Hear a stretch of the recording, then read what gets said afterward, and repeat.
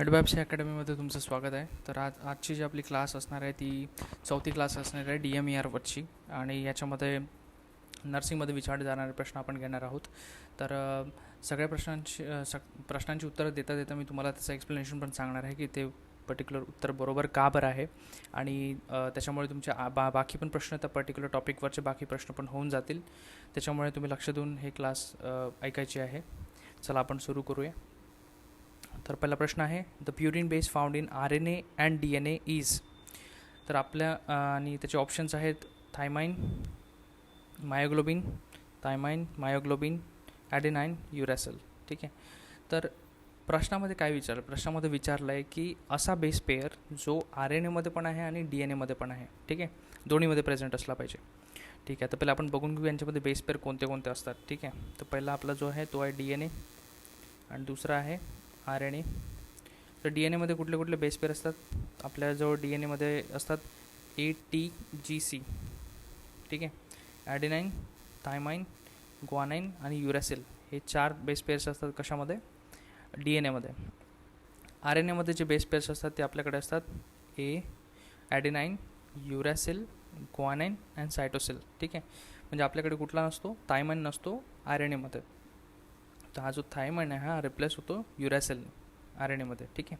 आपल्याला प्रश्न विचारला आहे कुठला बेस पेअर दोन्ही याच्यामध्ये मिळतो, आणि पहिला ऑप्शन थायमाइन कशामध्ये मिळतो आपल्याला, थायमाइन फक्त DNA मिळतो. ठीक आहे. तर हे उत्तर चुकीचं आहे. मायोग्लोबिन एक प्रोटीन असतं जे आपल्या मसल्समध्ये आपल्याला मिळतं. ठीक आहे. त्याच्यामुळे हे उत्तर पण चुकीचं आहे. ॲडेनाइन बघा, फर्स्ट ॲडेनाइन दोन्ही याच्यामध्ये प्रेझेंट आहे, त्याच्यामुळे हे उत्तर बरोबर आहे. तर आपलं उत्तर काय ॲडेनाइन आहे. युरॅसिल फक्त कशामध्ये मिळतं, RNA मिळतं. तर हे पण उत्तर चुकीचं आहे. तर ॲडेनाइन याचा आन्सर आहे. ठीक आहे. तुम्हाला तो प्रश्न पलटून पण विचारला जाऊ शकतो की बा RNA कुठलं प्रेझेंट असतं आणि DNA कुठलं नसतं, तर त्याचा आन्सर युरॅसिल आहे. तर तुम्ही समजून घ्याल ते. प्रश्नावर लक्षात द्या. प्रश्न जर तुम्हाला कळला तर तुम्ही आन्सर सिलेक्ट करू शकता. खूप वेळा मुलांच्या जो चुका होतात ते प्रश्न न समजून घेतल्यामुळे होतात, घाई केल्यामुळे होतात. त्याच्यामुळे सावकाशपणे लक्ष देऊन प्रश्न समजून घेऊन तुम्ही सोडवायचा आहे. प्रश्न तुम्हाला इंग्रजी आणि मराठी दोन्ही भाषेमध्ये दिलेला असेल, त्याच्यामुळे मला नाही वाटत की तुम्हाला प्रश्न समजण्यात जास्त प्रॉब्लेम जाणार आहे, कारण तुम्ही इंग्लिशमध्ये पण वाचू शकता आणि मराठीमध्ये पण वाचू शकता. ठीक आहे. चला समोरचा प्रश्न बघू. A person with one of the following blood group is considered as a universal recipient. आणि ऑप्शन आहे AB, दुसरा आहे O ब्लड ग्रुप, तिसरा आहे A, चौथा आहे B. ठीक आहे. तर आपण पहिले बघून घेऊ की ब्लड ग्रुप काय असतं. याच्यामध्ये बेसिकली हे जे क्लासिफिकेशन दिलेलं आहे हे लॅन्डस्टेनर नावाच्या सायंटिस्टने दिलेलं क्लासिफिकेशन आहे. याला ABO क्लासिफिकेशन पण म्हणतात. काय म्हणतात, AB आणि O क्लासिफिकेशन. ठीक आहे. आणि चौथा ह्याच्यात AB असतो, ज्याच्यामध्ये दोन्ही पण आहे, A पण आहे B पण आहे. तर याच्यामध्ये कन्फ्युजन कशात होते, परीक्षेमध्ये युजली 2 प्रश्न विचारले जातात, युनिव्हर्सल डोनर आणि युनिव्हर्सल रेसिपियंट कोण आहे. ठीक आहे. आपल्याला इथे प्रश्नामध्ये पण युनिव्हर्सल रेसिपियंट विचारलेला आहे. तर मुलं कन्फ्यूज कशात होतात, डोनर कोण आहे आणि रेसिपियंट कोण आहे. ठीक आहे. तर पहिला आपण समजून घेऊ कॉन्सेप्ट याच्या मागचा. हा जो ब्लड ग्रुप आहे हा म्हणजे अर्धा आहे, म्हणजे एकच आहे A. तर हे 2 ऑप्शन तर तसे पण नाही आहे. तर आपल्याकडे 2 ऑप्शन असतात, एक तर O असतो किंवा AB असतो. AB दोन्ही आहे. ठीक आहे. दोन्ही आहे म्हणजे तो एककडून पण घेऊ शकतो, म्हणजे Aकडून पण घेऊ शकतो ब्लड आणि Bकडून पण ब्लड घेऊ शकतो. तर हा कोण असणार आहे, रेसिपियंट असणार आहे. ठीक आहे. तर आपला जो AB आहे हा युनिव्हर्सल काय आहे, युनिव्हर्सल रेसिपियंट. ठीक आहे. आणि O जो आहे, O हा कोणाला देऊ शकतो, कारण याच्यात A पण नाही आहे B पण नाही आहे, तर मग कॉम्प्लिकेशन होण्याचे चान्सेस कमी असतात. तर O जे ब्लड असतं ते आपण कोणाला पण देऊ शकतो, त्याच्यामुळेच याला काय म्हणतात, युनिव्हर्सल डोनर. ठीक आहे. आणखी एक याचं म्हणजे समजण्याचा लक्षात ठेवण्याचा आणखी एक ट्रिक आहे. डोनरमध्ये O असतो. ठीक आहे. डोनर तर O आहे ना, तर युनिव्हर्सल डोनर कोण असणार, O असणार. आणि मग तुम्ही एक लक्षात ठेवलं की दुसरं लक्षातच राहते तुमच्या. युनिव्हर्सल रेसिपियंट काय, AB आहे. डोनर लक्षात ठेवा, O असतो. ठीक आहे. चला, तर याचं उत्तर जे आहे ते आहे AB. चला नेक्स्ट प्रश्न आहे आपला, which of the following content deoxygenated blood. ठीक आहे. तर अशी खालील ऑप्शनपैकी कुठली अशी वेन किंवा आर्टरी आहे ज्याच्यामध्ये डिऑक्सिजनेटेड ब्लड असतं. ठीक आहे. त्याच्यासाठी पहिलं ऑप्शन दिलेलं आहे ॲओर्टा, दूसरा है पल्मोनरी आर्टरी, तीसरा है सबक्लेविन वेन, चौथा है पल्मोनरी वेन. ठीक आहे. तो which of the following blood vessel content deoxygenated blood. तर बघा तुम्हाला एक कॉन्सेप्ट सांगतो मी. वेन काय असते आणि आर्टरी काय असते. युजली याच्यात मुलं कशात कन्फ्यूज होतात. त्यांना वाटते आर्टरीमध्ये कुठला ब्लड असते, ऑक्सिजनेटेड असते, आणि जे वेन असते त्याच्यात डिऑक्सिजनेटेड ब्लड असते. ठीक आहे. पण असं नाही आहे. त्याची डेफिनेशन वेगळी आहे. बघा तुम्हाला एक हार्टवरून समजावून सांगतो की डेफिनेशन काय आहे आर्टरी आणि वेनची. तर सपोज करा की हे काय आहे, हार्ट आहे. ठीक आहे. तर हार्टकडे रक्त घेऊन येणारी वाहिनी, म्हणजे हार्टकडे घेऊन येत आहे, हार्टकडे. ठीक आहे. त्याला आपण काय म्हणतो, वेन म्हणतो. तर वेनमध्ये जे असते रक्त ते कुठलं असते, डिऑक्सिजनेटेड. ठीक आहे. घेऊन येणारी, हार्टकडे आणणारी ही कुठली असते, वेन असते. ठीक आहे. आणि हार्टकडून दूर घेऊन जाणारी, हार्टपासून दूर नेणारी, रक्त दूर नेते आहे हार्टपासून, ती असते आपली आर्टरी. ठीक आहे. तर डेफिनेशन काय आहे, हार्टपासून रक्त दूर नेणारी आर्टरी आणि हार्टकडे रक्त घेऊन येणारी वेन. ठीक आहे. हे लक्षात ठेवा तुम्ही. आणि युजली जे असते, युजली आर्टरीमध्ये ऑक्सिजनेटेड ब्लड असते आणि वेनमध्ये डिऑक्सिजनेटेड ब्लड असते. पण त्याला काही अपवाद आहेत. अपवाद 2 आहेत. ठीक आहे. एक तुम्हाला पेडियाट्रिकमध्ये शिकवलं जाणार. दुसरं आहे जे नॉर्मल अडल्ट माणसामध्ये असतं, ते असते पल्मनरी आर्टरी. पल्मनरी आर्टरी ही एक आर्टरी आहे ज्याच्यामध्ये डिऑक्सिजनेटेड ब्लड असतं, जे रक्त आपल्या राईट वेंट्रिकलकडून कुठे घेऊन जातं, ते आपल्या लंग्समध्ये घेऊन जातं. ठीक आहे.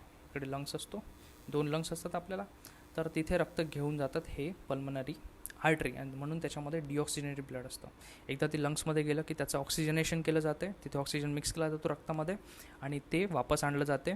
ठीक आहे. कुठे, आपल्या लेफ्ट एट्रियममध्ये आणि मग लेफ्ट वेंट्रिकलमध्ये, आणि तिथून मग ॲओर्टाद्वारे सगळ्या बॉडीमध्ये पसरवलं जाते. तर ॲओर्टामध्ये काय असतं, ऑक्सिजनेटेड ब्लड असतं. तर हे ऑप्शन चुकीचं आहे. पल्मनरी आर्टरी, यस मी तुम्हाला सांगितलं पल्मनरी आर्टरी. दुसरी एक असते अंबेलिकल आर्टरी, जे पेडियाट्रिकची तुम्हाला सांगत होतो मी. अंबेलिकल आर्टरी ही पण एक अपवाद आहे. या दोन्हीमध्ये काय असतं, डिऑक्सिजनेटेड ब्लड असतं. ठीक आहे. चला नेक्स्ट प्रश्न पाहू. In acute myocardial infarction which drug is administered sublingually and intravenously. ठीक आहे. एक पेशंट आहे ज्याला मायकार्डियल इन्फार्क्शन झालेलं आहे, आणि अशा पेशंटमध्ये आपण कुठली ड्रग सबलिंग्वली देतो ॲज वेल ॲज इंट्राव्हेनसली देतो, म्हणजे दोन्ही रूटने आपण देऊ शकतो अशी कुठली ड्रग आहे. पहिला ऑप्शन आहे ॲस्पिरिन, फिर आहे नायट्रोग्लिसरीन, ॲटेनोलॉल अँड मॉर्फिन. ठीक आहे. तर याचं जे उत्तर आहे ते आहे नायट्रोग्लिसरीन. मायकार्डियल इन्फार्क्शन हे काय असतं, मायकार्डियल इन्फार्क्शन जे आहे ते युजली सुरुवात त्याची होते मायकार्डियल पेनमुळे, आणि त्याला आपण अंजाना असं म्हणतो. ते रेडिएटिंग पेन असते, म्हणजे हार्टमध्ये सुरू होते, छातीमध्ये सुरू होते, सेंट्रल पार्टमध्ये, आणि ते लेफ्ट साईडला रेडिएट होते, लेफ्ट साईडला जाते. ठीक आहे. तर असं ते पेन असते, त्याला आपण अंजाना म्हणतो. तर जेव्हा आपण पेशंटला अंजाना सुरू होतो त्यावेळेस आपण सस्पेक्ट करतो की याला हार्ट अटॅक येऊ शकतो किंवा इन्फार्क्शन होऊ शकते. त्यावेळेस आपण पेशंटला सबलिंग्वली एक टॅबलेट देतो नायट्रोग्लिसरीनची. ती सबलिंग्वली घेतली की ती फास्ट ॲब्झॉर्ब होते, म्हणून आपण त्याला सबलिंग्वली देतो. तो एक डायलेटर असते, त्याच्यामुळे काय होते, आपल्या ब्लड वेसल्स जे असतात हार्टच्या मसलच्या त्या डायलेट होतात, आणि त्याच्यामुळे हार्टच्या मसलला जास्त रक्तप्रवाह मिळतो, म्हणून आपण ती एमर्जन्सीमध्ये यूज करतो. ठीक आहे. त्याच्यानंतरच्या ज्या दुसऱ्या आहेत इथे जे ऑप्शनमध्ये दिलेलं आहे, जसं नायट्रोग्लिसरीन ॲस्पिरिन दिलेली आहे, मॉर्फिन दिलेली आहे, हे ॲज अ पेन किलर म्हणून वापरतो आपण पेन कमी करण्यासाठी. ॲटेनोलॉल हे पण व्हॅसोडायलेटर म्हणून काम करतो, पण आपण ते इमर्जन्सीमध्ये नाही वापरत. आपण काय वापरतो, नायट्रोग्लिसरीन. तर नायट्रोग्लिसरीन अशी ड्रग आहे जी आपण सबलिंग्वली ॲज वेल ॲज इंट्राव्हेनसली देऊ शकतो. ठीक आहे. चला समोरचा प्रश्न. Most common complication of a patient on insulin therapy. एखाद्या पेशंटला इन्सुलिन थेरपी सुरू आहे तर त्याच्यामध्ये सर्वात कॉमन कॉम्प्लिकेशन कुठलं होऊ शकते.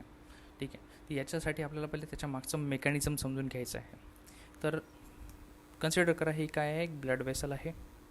ब्लड वेसलमध्ये काही सेल्स असतात, जसं RBC सेल्स आहेत, बरोबर आहे.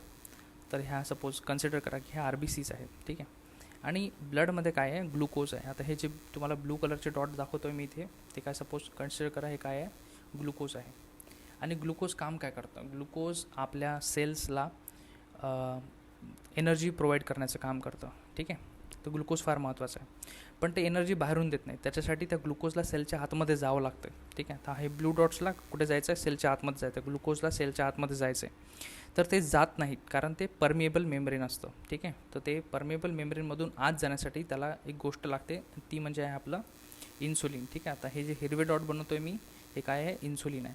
इन्सुलिन काय करतं? इन्सुलिन ह्या सेलच्या सरफेसवर बाइंड होतं. ठीक आहे. आणि ह्या ग्लुकोजला सेलच्या आतमध्ये पाठवतात. तर ग्लुकोज जर सेलच्या आतमध्ये गेला तर काय होणार? ग्लुकोजचं कॉन्सन्ट्रेशन कुठे वाढणार? सेलच्या आतमध्ये वाढणार, पण ब्लडमध्ये कमी होणार. बरोबर आहे, कारण ब्लडमधूनच ग्लुकोज सेलमध्ये चाललं आहे. तर इन्सुलिन काय करतं? ब्लडमधला ग्लुकोज कमी करतं आणि सेलमध्ये पाठवतं. हे त्याचं मेन काम आहे इन्सुलिनचं. तर एखाद्या पेशंटला आपण इन्सुलिन दिलं आहे तर त्याच्या रक्तामधलं ग्लुकोजचं प्रमाण वाढेल की कमी होणार? ऑब्व्हियसली कमी होणार. कुठे चाललं ग्लुकोज? सेलमध्ये चाललं आहे, तर ब्लडमध्ये कमी होणार. तर हायपोग्लायसेमिया हे कॉम्प्लिकेशन असते. कशाचं? Hypoglycaemia insulin थेरपीचं. हायपरग्लायसेमिया शक्यच नाही आहे, कारण इन्सुलिन काय काम करतं? ग्लुकोज कमी करतं. त्याच्यामुळे ते होणं शक्यच नाही. हायपर नायट्रेमिया नाही, इलेक्ट्रोलाइटला इम्बॅलन्स करत नाही, त्याच्यामुळे हे येणार नाही. हायपर कॅलेमिया हे पण येणार नाही. ठीक आहे. तर याचं जे उत्तर आहे ते काय आहे? हायपोग्लायसेमिया. लक्षात ठेवा, हे कन्फ्यूज करण्यासाठी विचारलं जातं प्रश्न. त्याच्यानंतर नंतरचा प्रश्न फार महत्त्वाचा प्रश्न आहे. याच्यावरती भरपूर प्रश्न येऊ शकतात या टॉपिकवरती.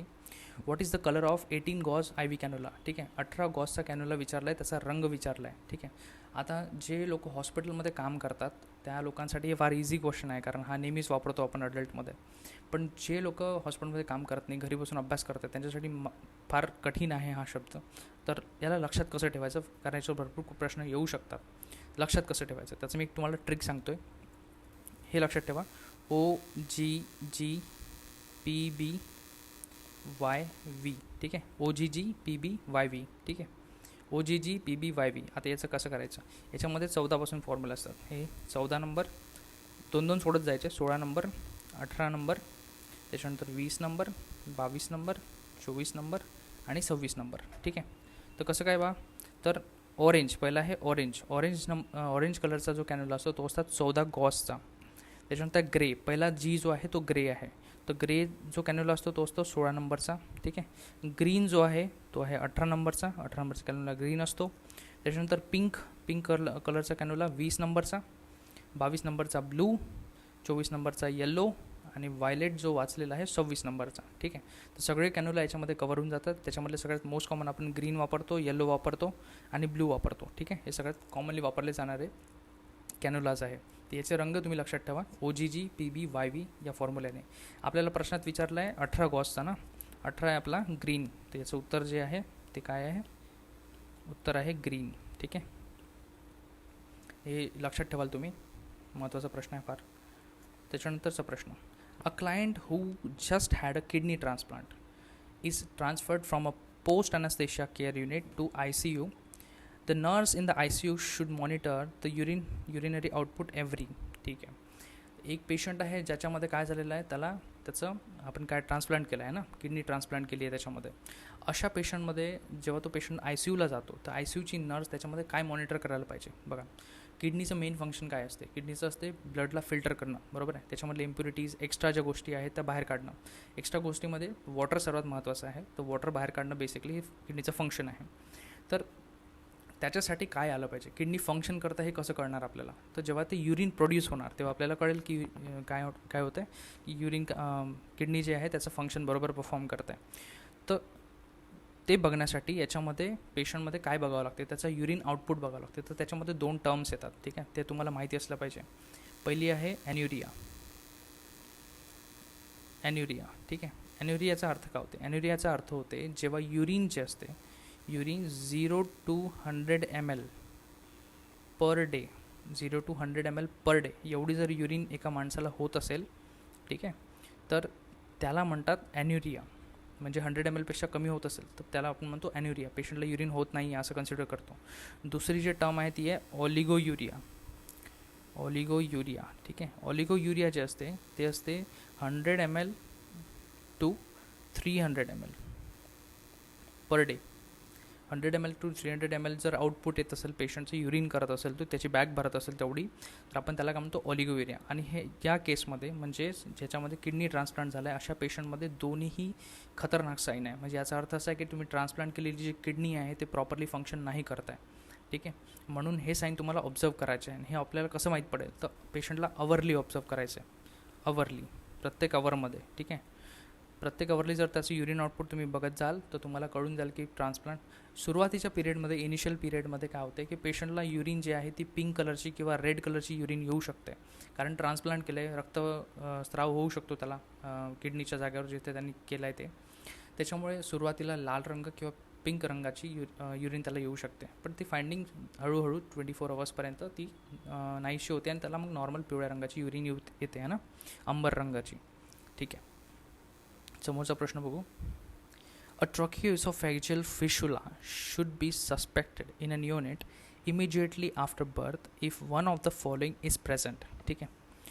ट्रॉकियोइसोफेजियल फिशुला म्हटलेलं आहे आणि इमिजिएटली काय झालं आहे, neonate immediately after birth if one of the following present. Symptom विचारलं आहे. काय बघणार तुम्ही जेव्हा तुम्हाला सस्पेक्ट होते की याला ट्रॉकियोइसोफेजियल फिशुला हो असू शकतो बा? जॉइंटीज बघितल्यानंतर पेशंटमध्ये, किंवा बाईल स्टेन वॉमिटस बघितल्यानंतर, अब्सेन्स ऑफ सकिंग बघितल्यानंतर, की excessive amount of frothy saliva in mouth हे बघितल्यानंतर. ठीक आहे. तर कुठलं बरोबर आहे? काय सिम्पटम असतात ट्रॉकियोइसोफेगल फिशुलाचे तुम्हाला सांगण्याचा प्रयत्न करतो मी थोडक्यात. ट्रॉकियोइसोफेगल फिशुला याच्यामध्ये बघा 2 गोष्टी आलेल्या आहेत. हे कॉन्जनॅटल मालफॉर्मेशन असते, म्हणजे जन्मतः होते बच्चूंना. याच्यामध्ये 2 गोष्टी, एक आहे ट्रकिया, हा सपोज ट्रकिया आहे आपला, आणि दुसरा आहे इसोफेगस, हा इसोफेगस. ठीक आहे. तर हे दोन्ही ज्या नळ्या असतात आपल्या गळ्यातून जातात, बरोबर, एक पोटात जाते आणि दुसरी लंग्समध्ये जाते. ठीक आहे. ट्रकिया लंग्समध्ये आणि इसोफेगस पोटामध्ये. तर ह्या 2 नळ्यांच्या मध्ये काय होते, एक फिशुला फॉर्मेशन होते, म्हणजे अशी एक ट्यूब फॉर्म होते. ठीक आहे. आणि ओपनिंग फॉर्म होते, दोनमध्ये जोडल्या जातात ते दोघं जण. त्याच्यामुळे काय होते, श्वास घ्यायला प्रॉब्लेम होते आणि जेवायला पण प्रॉब्लेम होते त्या बच्चूला. ठीक आहे. तर हे कसं कळणार आपल्याला? तर याच्यामध्ये सिम्टम्स काय काय येतात? याच्यामध्ये सिम्टम्स तर 3 C's येतात. ठीक आहे. पहिला आहे कफिंग. बच्चू काय करते, कफ करतो, त्याला काही फीड दिलं की तो कफ करायला लागतो, बाहेर काढायला लागतो, कारण ते लंग्समध्ये जातं त्याच्या, म्हणून. दुसरं आहे चोकिंग. चोकिंगमध्ये पेशंट असं करायला लागतं ना, म्हणजे त्याला असं वाटते की बा काहीतरी फसलं इथे, आणि ते बच्चू काय करतो, त्याला जर दूध दिलं तर ते दूध ओकून टाकतो तो. ठीक आहे. त्याच्यानंतर सायनोसिस. यस, श्वास बरोबर झाला नाही, त्याला ऑक्सिजन मिळालं नाही, तर काय होतं, बच्चू काय करतो, त्याचा शरीराचा रंग हा बदलायला लागतो, आहे ना, निळ्या रंगाचं व्हायला लागतं, ते त्याला सायनोसिस म्हणतात. तर असे. त्याच्यानंतर फ्रोदी सलायवामध्ये त्याला कसं होऊ शकते की त्याचा सलायवा जो आहे तो फ्रोदी होऊ शकतो. इथे दिलेला आहे फ्रोदी सलायवा ऑप्शनमध्ये. तर हे एक ऑप्शन बरोबर आहे, आपलं उत्तर हेच आहे, ऑप्शन डी. ठीक आहे. याच्या व्यतिरिक्त काय होऊ शकतं, रिगर्गिटेशन आणि वॉमिटिंग होऊ शकते बच्चूला, आहे ना, तो वॉमिट करू शकतो.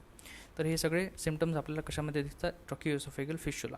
याच्यामध्ये आणखी एक प्रश्न विचारला जातो, तो म्हणजे सगळ्यात कॉमन टाईप कुठला आहे ट्रॉकियोइसोफेगल फिशुलाचा. ठीक आहे. तर मी तुम्हाला थोडक्यात टाईप्स समजवण्याचा प्रयत्न करतो. याच्यामध्ये टाईप्स कसे कसे असतात. तर पहिला जो टाईप असतो तो कसा आहे, पहिला जो टाईप आहे त्याच्यामध्ये इसोफेगस जो असतो तो बंद असतो, ट्रकिया सरळ सरळ असतो. ठीक आहे. आणि इसोफेगसचा जो लोअर एंड आहे तो डायरेक्ट स्टमकमध्ये असं जोडलेला असतो. म्हणजे इसोफेगसची नळी आहे ते कंटिन्यू नाही राहत, त्याच्यामध्ये काय असते, वरचा पार्ट वेगळा असतो, खालचा पार्ट वेगळा असतो. ठीक आहे. याला टाईप ए म्हणतात. टाईप बी पण असतो. टाईप बीमध्ये काय होते, वरचा पार्ट जो आहे तो कशाशी जॉईंट केलेला असतो, तो जॉईंट होतो ट्रकियासोबत. ठीक आहे. आणि खालचा पार्ट तसाच राहतो, म्हणजे स्टमककडे जाणारा जो इसोफेगस असतो तो तसाच राहतो. तर हे आहे बी टाईप. ठीक आहे. त्याच्यानंतर सी टाईप सर्वात कॉमनेस्ट जो आहे तो आहे सी टाईप फिशुला.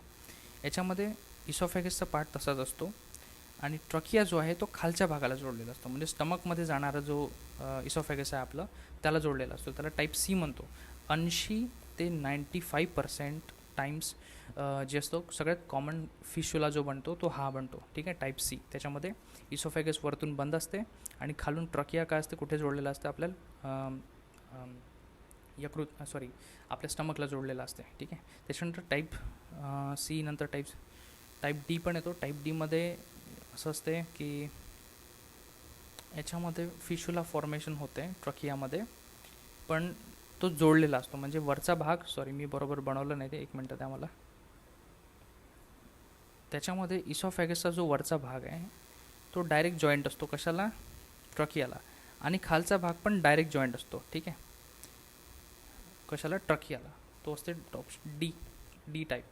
आणि लास्ट टाईप जो असतो तो एच टाईप असतो. एच टाईप म्हणजे असा एच, त्याच्यामध्ये काय झालेलं आहे, हा इसोफेगस पण जोडला गेलेला आहे ठीक आहे, आणि ट्रकिया पण जोडला गेलेला आहे अशा वर्टिकल एका ट्यूबनी. तर हा आपला ऑप्शन डी ई. ठीक आहे, सगळ्यात कॉमन सी टाईप असतो. तर हे ट्रकियो इसोफेगल फिशुला. पुढचा प्रश्न पाहू. An individual capable of infecting others without presenting any signs and symptoms of the disease. ठीक आहे, individual capable of infecting others, एक इंडिव्हिज्युअल आहे जो दुसऱ्याला इन्फेक्ट करू शकतो पण त्याच्यामध्ये साईन सिम्टम्स नाही आहे, अशा व्यक्तीला आपण काय म्हणणार? ठीक आहे, एजंट म्हणणार की कॅरियर म्हणणार की होस्ट म्हणणार की ससेप्टेबल म्हणणार? ठीक आहे, तर पहिले आपण एक कॉन्सेप्ट पाहून घेऊ काय काय आहेत. पहिला दिलेला आहे एजंट. तर एजंटचा अर्थ काय होते? एजंट म्हणजे कोणी ऑर्गॅनिझम किंवा व्हायरस किंवा बॅक्टेरिया जो डिसीज कॉज करतो. ठीक आहे, जसं टी बी आहे ना. टी बी कशामुळे होते? टी बी होते आपल्याला मायकोबॅक्टेरियम ट्युबरक्युलोसिस. ठीक आहे, ट्युबरक्युलोसिस या ऑर्गॅनिझममुळे आपल्याला काय होतं? टी बी होते. तर हा ऑर्गॅनिझम काय आहे? हा आहे एजंट. कशाचा एजंट आहे? टी बीचा एजंट आहे. ठीक आहे, एच आय व्ही जो व्हायरस असतो आहे ना, एच आय व्हीमुळे काय होतो? एच आय व्हीमुळे एड्स होतो. तर एच आय व्ही हा काय आहे? एजंट आहे. कशाचा? एड्सचा. त्याच्यानंतर कॅरियर ही जी वरती डेफिनेशन दिलेली आहे आपल्याला आहे ना, ही कॅरियरची डेफिनेशन आहे. असा व्यक्ती जो इन्फेक्शन फैलवू शकतो पण त्याच्यामध्ये साईन सिम्टम दिसत नाही आपल्याला, त्याला काय म्हणतात? कॅरियर म्हणतात. ठीक आहे, त्याच्यानंतर होस्ट कोण असतो? होस्ट हा एक व्यक्ती असतो म्हणजे पर्सन. होस्ट काय आहे? पर्सन आहे ज्याच्या शरीरामध्ये एक ऑर्गॅनिझम राहतो म्हणजे एजंट राहतो. ठीक आहे, आणि त्याच्या शरीरावर तो जगतो. अशा पर्सनला होस्ट असं म्हटलं जाते. ठीक आहे, त्याच्यानंतर ससेप्टेबल ही एक टर्म आहे, अप्लाइड टर्म आहे. ससेप्टेबल म्हणजे आपली कपॅसिटी की आपण किती रिस्कवर आहोत ती आहे ससेप्टेबिलिटी. ठीक आहे, नेक्स्ट प्रश्न. Confirmatory test for AIDS is. एड्ससाठी केली जाणारी कन्फर्मेटरी टेस्ट कुठली आहे? तर याच्यामध्ये कन्फ्युजन प्रमाण आहे, म्हणजे भरपूर लोक कन्फ्यूज होतात त्याच्यामध्ये, कारण याच्यामध्ये मेनली 2 टेस्ट केल्या जातात. ते एक एलिझा टेस्ट आणि दुसरी आहे वेस्टर्न ब्लॉट टेस्ट. ठीक आहे, तर प्रश्नामध्ये काय विचारलं आहे हे सर्वात महत्त्वाचं आहे, म्हणजे प्रश्न समजणं खूप महत्त्वाचं आहे. इथे विचारलं आहे कन्फर्मेटरी टेस्ट. ठीक आहे, एलिझा ही जी टेस्ट आहे ही स्क्रीनिंग टेस्ट आहे. ठीक आहे, काय आहे? स्क्रीनिंग टेस्ट आहे. तर एलिझाचा फुल फॉर्म पण कधी कधी विचारतात एक्झाममध्ये. एलिझाचा आहे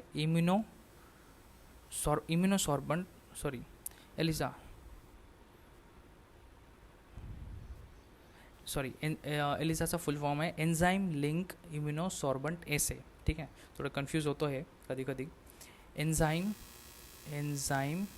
लिंक इम्युनोसॉर्बंट एसे. ठीक आहे, एन्झाईम लिंक इम्युनोसॉर्बंट एसे असा याचा फुल फॉर्म आहे. हा पण विचारू शकतात. ही काय आहे? स्क्रीनिंग टेस्ट आहे. ही मास्कमध्ये वापरतो आपण, म्हणजे जनरल पब्लिकमध्ये वापरतो. दुसरं हे आहे कन्फर्मेटरी टेस्ट, ती आहे वेस्टर्न ब्लॉट. कन्फर्मेटरी आहे. ठीक आहे, जी आपल्याला प्रश्नामध्ये दिली आहे. Confirmatory test. ठीक आहे, म्हणजे हे कन्फर्म करतं वेस्टर्न ब्लॉट टेस्ट. तर हे लक्षात ठेवा तुम्ही. CD4 काउंट जो आहे हा पण आपण एच आय व्हीवाल्या पेशंटमध्ये बघतो. युजली एड्सवाल्या पेशंटमध्ये याचा जो काउंट असते ते 200पेक्षा कमी झालेला असतो. ठीक आहे, लेस दॅन 200. कशाचा? CD4 काय आहे? CD4 ह्या सेल्स असतात हेल्पर टी सेल्स. ठीक आहे, याला थायमस ग्लँड बनवते. तर ह्या हेल्पर टी सेल्स जे असतात ज्यांचं नाव आहे CD4, यांचा काउंट जेव्हा 200पेक्षा कमी जातो तेव्हा माणूस जो असतो तो इम्युनो कॉम्प्रमाइज होतो, म्हणजे त्याची जे शक्ती आहे ती कमी होऊन जाते. ठीक आहे, तर अशा पर्सनमध्ये आपण काय करतो? याला वापरतो. अशा पर्सनमध्ये काय होतं? एड्सवाल्या पर्सनमध्ये याची जी संख्या आहे ती 200पेक्षा कमी होते. त्याच्यानंतर चौथी जी टेस्ट आहे ती आहे VDRL काय आहे? ठीक आहे, वेनरल डिसीज रिसर्च लॅबॉरेटरी असं याचं फुल फॉर्म आहे, वेनरल डिसीज रिसर्च लॅबॉरेटरी. आणि ही जी टेस्ट आहे ही टेस्ट केली जाते सिफिलिससाठी. सिफिलिस काय आहे? एक STD आहे. ठीक आहे, सेक्शुअली ट्रान्समिटेड डिसीज आहे. याच्यामध्ये शँकर्स येतात जेनॅटल्सवरती, छोटे छोटे पुरळ येतात जेनॅटल्सवरती लाल रंगाचे. तर हा आहे सिफिलिस आजार. ठीक आहे, याच्यामध्ये कन्फ्यूज व्हायचं नाही आहे. एलिझा जी आहे ती स्क्रीनिंग टेस्ट आहे आणि वेस्टर्न ब्लॉट जी आहे ती आहे कन्फर्मेटरी टेस्ट. ठीक आहे, चला समोरचा प्रश्न. Which is the primary sign of labour? ठीक आहे, लेबरचं प्रायमरी साईन कुठलं आहे? प्रथम साईन. तर युटेरिन कॉन्ट्रॅक्शन आहे का? ॲबडोमिनल कॉन्ट्रॅक्शन आहे का? पुशिंग बाय मदर आहे का? इंट्राथोरॅसिक प्रेशर आहे का? ठीक आहे, हे प्रश्न पण कन्फ्यूज करू शकतात जर तुम्हाला प्रश्न कळला नाही तर. ऑप्शन कन्फ्यूज करू शकतात. ठीक आहे. पहिला युट्राइन कॉन्ट्रॅक्शन. येस, लेबरमध्ये म्हणजे ती लेडीला आता काय होतं आहे, बिअर डाऊन होत आहे, म्हणजे ती टेबलवर आहे, तिला बच्चू होण्याचा चान्स आहे आता. तर काय होणार? युट्राइन कॉन्ट्रॅक्शन येणार का? हो येणार, बिलकुल कॉन्ट्रॅक्शन येणार. ॲबडोमिनल कॉन्ट्रॅक्शन येणार का? ॲबडोमिनल येणार की नाही माहिती नाही, पण युटेराइन जरूर येणार. ठीक आहे. तर हे आपण थोडं द्वंद्वात आहे. Pushing by mother. पुश केव्हा करेल मदर? जेव्हा तिला कॉन्ट्रॅक्शन येणार. म्हणजे पहिले काय येणार आहे? कॉन्ट्रॅक्शन येणार आहे. पुशिंग नंतर येणार आहे. तर हे आपलं पहिलं आहे आणि हे दुसरं आहे. ठीक आहे.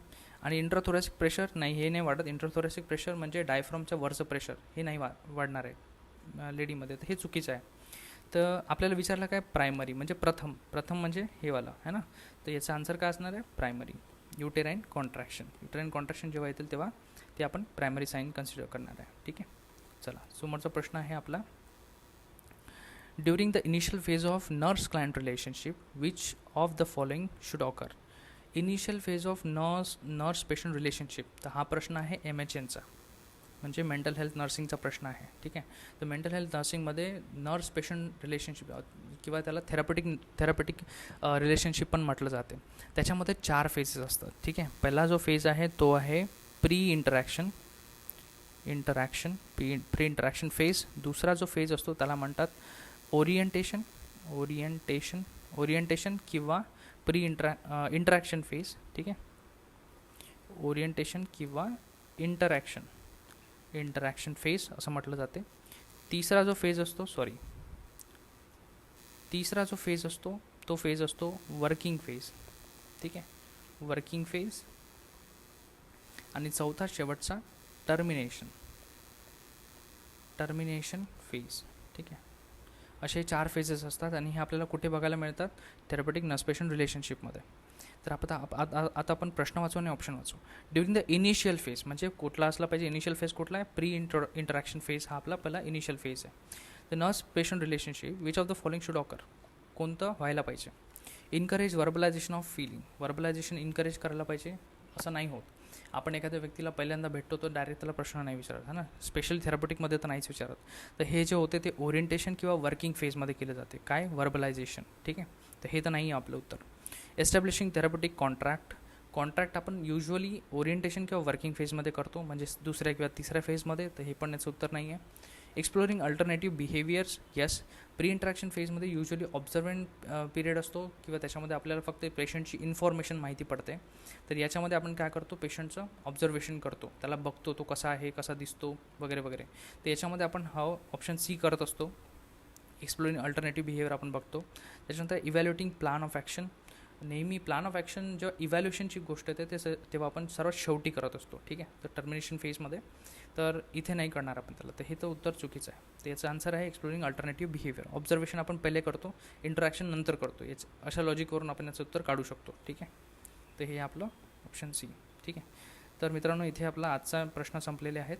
तर सगळ्यांना ऑल द बेस्ट DMER एक्झामसाठी. हॉल तिकीट सध्या आलेलं नाही आहे, पण लवकरात लवकर येतीलच. तर सगळ्यांनी अभ्यास सुरू ठेवा. आणि तुम्हाला जर एखाद्या टॉपिकवर प्रश्न असतील किंवा तुम्हाला एखादा टॉपिक समजून पाहिजे असेल नर्सिंगमध्ये, तर तुम्ही बिंदास कमेंटमध्ये मेन्शन करा. तो टॉपिक मी तुम्हाला समजून देण्याचा प्रयत्न करील. आणि अभ्यास करत राहा. आणि चॅनलला जाता लाईक, शेअर आणि सबस्क्राईब करून जा. थँक्यू.